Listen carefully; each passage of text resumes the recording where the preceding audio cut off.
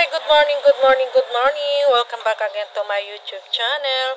It's me again, Mami LB, ang tinderang Ilocana ng Isabela.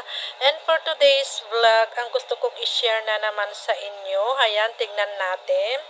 Kasi ako ay kasalukuyang naglalagay ng presyo nitong aking mga sitcheria. So, ayan, tignan natin mga kapwa ko katindera. Ayan, may tatlo akong supot or plastic nitong sitcheria. Ayan, ako ay naglalagay ngayon ng pricing. Bali, ang aking ginagamit itong ganito, ayan, nilalagyan ko na lang ng tag price para hindi malito si mother kung magkano na ang bintahan ko dito sa aking mga curls.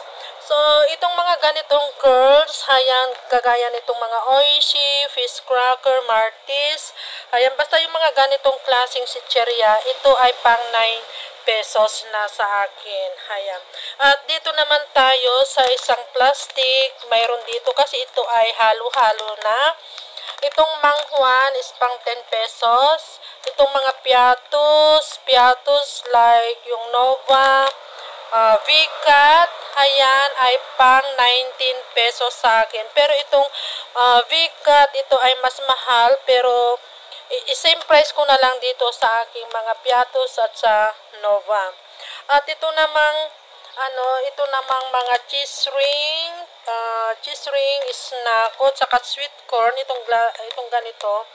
At saka itong manghuan, ito ay pang 10 pesos na ito mga kapwa ko kasari. So, ayan, talagang hindi tayo magpapawala ng mga sitcheria kasi isa ito sa ating mga fast moving dito sa ating tindahan. Ayan, talagang sitcheria is left. So, meron pa ako dito. Ayan, nag-uumpisa na akong mag-pricing. Nilalagay ko na lang dito sa isang box.